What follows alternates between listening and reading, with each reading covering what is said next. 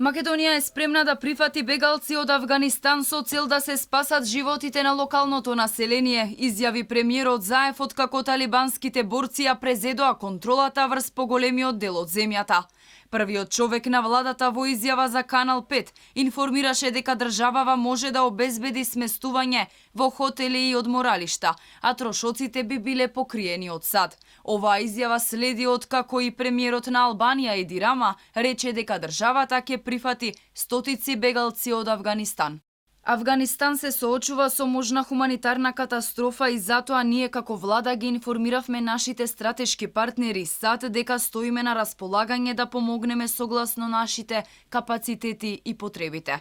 Со цел да се спасат животите на локалното население, информиравме дека сме спремни да преземеме и прифатиме цивилно население од Авганистан, кое изминативе 20 години работеше на мирот во таа земја. Беше локална поддршка на сојузничките НАТО сили, вклучително и на нашата армија, како и преземање и прифаќање активисти од демократските хуманитарни организации и од организациите за човекови права во Авганистан.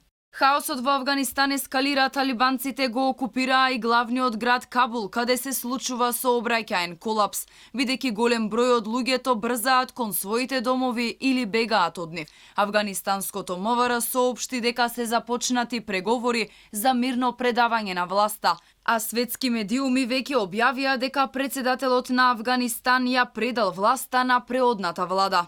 И додека македонската влада се нуди на помош за локалното население во Авганистан, таму има стотина македонски државјани, а голем дел од нив не се евакуирани. Од МНР само информираа дека биле на безбедно, а оставено е на компаниите за кои работат да им обезбедат планови за евакуација.